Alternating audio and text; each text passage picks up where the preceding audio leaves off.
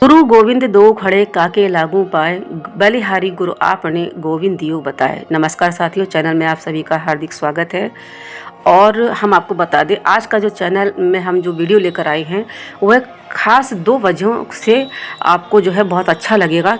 कि सबसे पहले बात तो ये है कि गुरु पूर्णिमा का पर्व और मथुरा में यानी गोवर्धन में लगने वाला राजकीय मुड़िया पूनो मेला, ये दोनों ही वजह हैं।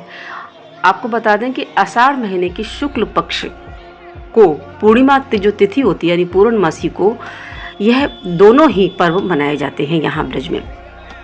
सबसे पहले हम बात करते हैं गुरु पूर्णिमा की।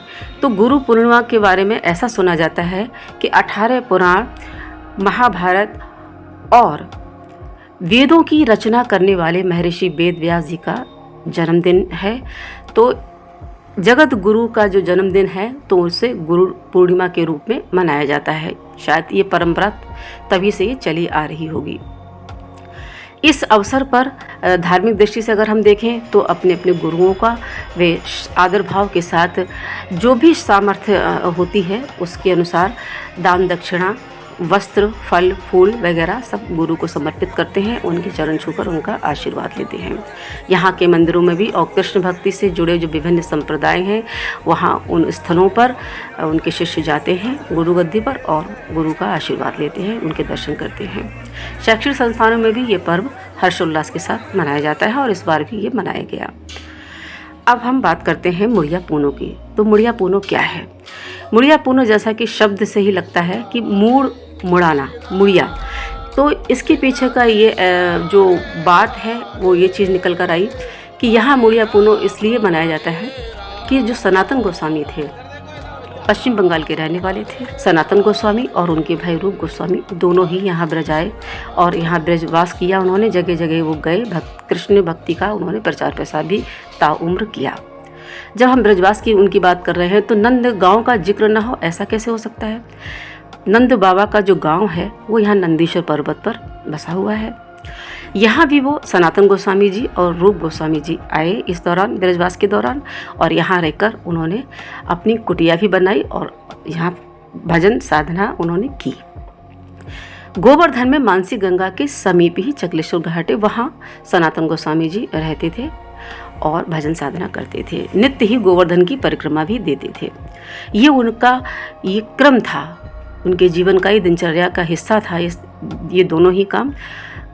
और जब वो अशक्त हो गए तो ऐसा सुना जाता है कि भगवान कृष्ण स्वयं उनको दर्शन दिए और कहा कि अब तुम उन शिलाखंड उनको दिया जिसमें उनके चरण चिन्ह अंकित थे और कहा कि बस तब तुम इनकी ही परिक्रमा दे दिया करो।